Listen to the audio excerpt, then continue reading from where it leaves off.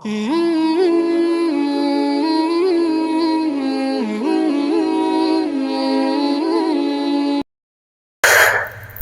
व नुसल्ली अला रसूलिल करीम अम्मा बाद। मेरे मोहतरम बुजुर्ग दोस्तों, আপনারা হয়তো প্রত্যেকেই জানেন যে হযরত মুসা আলাইহিস সালাম আল্লাহর নবী আল্লাহ সুবহানাহু ওয়া তাআলার সাথে তুর পাহাড়ে সরাসরি কথোপকথন করতেন, আল্লাহ তাআলার সাথে কথা বলতেন। তো কথা বলার দরুন মুসা আলাইহিস সালাম আল্লাহ সুবহানাহু ওয়া তাআলার কাছ থেকে অনেক কিছু জেনে নিতে চাইতেন এবং আল্লাহ সুবহানাহু ওয়া তাআলাকে অনেক প্রশ্ন করতেন। তো একদিন মুসা আলাইহিস সালাম আল্লাহ তাআলাকে প্রশ্ন করলেন যে আল্লাহ, আপনার যদি সমস্ত সৃষ্টি জিন ইনসান প্রত্যেকে আপনার নাফরমানি করতে শুরু করে, প্রত্যেকেই যদি আপনার বিরুদ্ধাচরণ করতে শুরু করে, প্রত্যেকেই যদি বলে যে তারা আর কেউ আপনাকে মানবে না, তখন আপনি কি করবেন? আল্লাহ সুবহানাহু ওয়া তাআলা মুসা আলাইহিস সালামকে উত্তর দিল, মুসা, আমার কাছে এমন মখলুক আছে যার এক লোকমাতে জমিন আসমান চাঁদ সূর্য গ্রহ নক্ষত্র সব তার এক লোকমাতে চলে আসবে। তো মুসা আলাইহিস সালাম অবাক হয়ে গেল আর আল্লাহ সুবহানাহু ওয়া তাআলাকে জিজ্ঞাসা করলেন, মুসা আলাইহিস সালাম, যে আল্লাহ, এই মখলুক কোথায় আছে?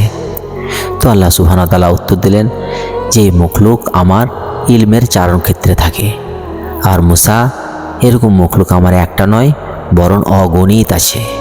তো মুসা আলাইহিস সালাম আরও অবাক হয়ে গেল। তারপরে মুসা আলাইহিস সালাম আবারও প্রশ্ন করল যে আল্লাহ, যদি এমনটা হয় যে সমস্ত সৃষ্টি জিন ইনসান সকলে আপনার ফরমাবরদার হয়ে যায়, সকলে যদি আপনাকে মাননেওয়ালা হয়ে যায়, প্রত্যেকেই যদি নেককার হয়ে যায়, পরহেজগার হয়ে যায়, তখন আপনি কি করবেন?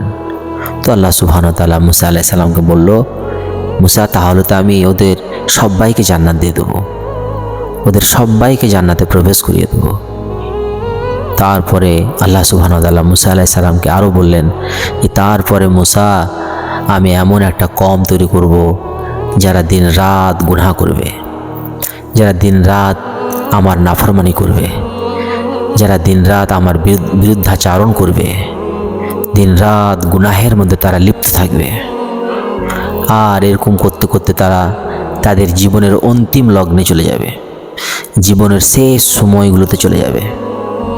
আর তখন তারা বুঝতে পারবে যে আমরা ভুল করেছি, আমরা অন্যায় করেছি, আমরা নিজের নফসের উপরে জুলুম করেছি, আল্লাহর বিরুদ্ধাচরণ করে আমরা আমাদের আখিরাতের ক্ষতি করেছি, এটা তারা বুঝতে পারবে।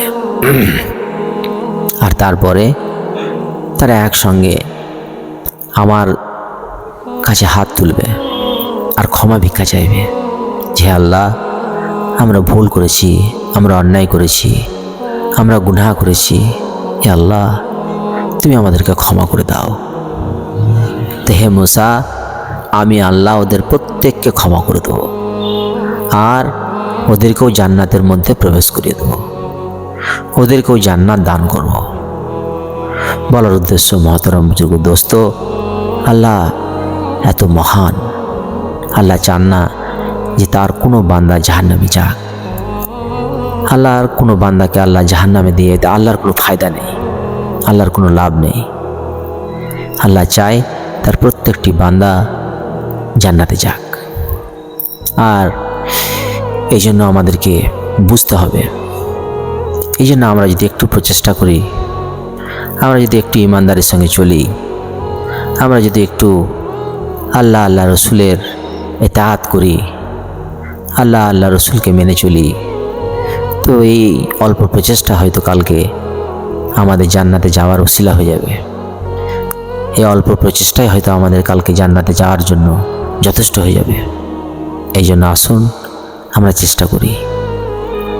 চেষ্টা করি যাতে আমরা জান্নাতে যেতে পারি এবং আমাদের সন্তান পরিবারবর্গ তারাও যেন জান্নাতে যেতে পারে, তার জন্য আমরা প্রচেষ্টা করি। আসসালামু আলাইকুম ওয়া রাহমাতুল্লাহি ওয়া বারাকাতুহু।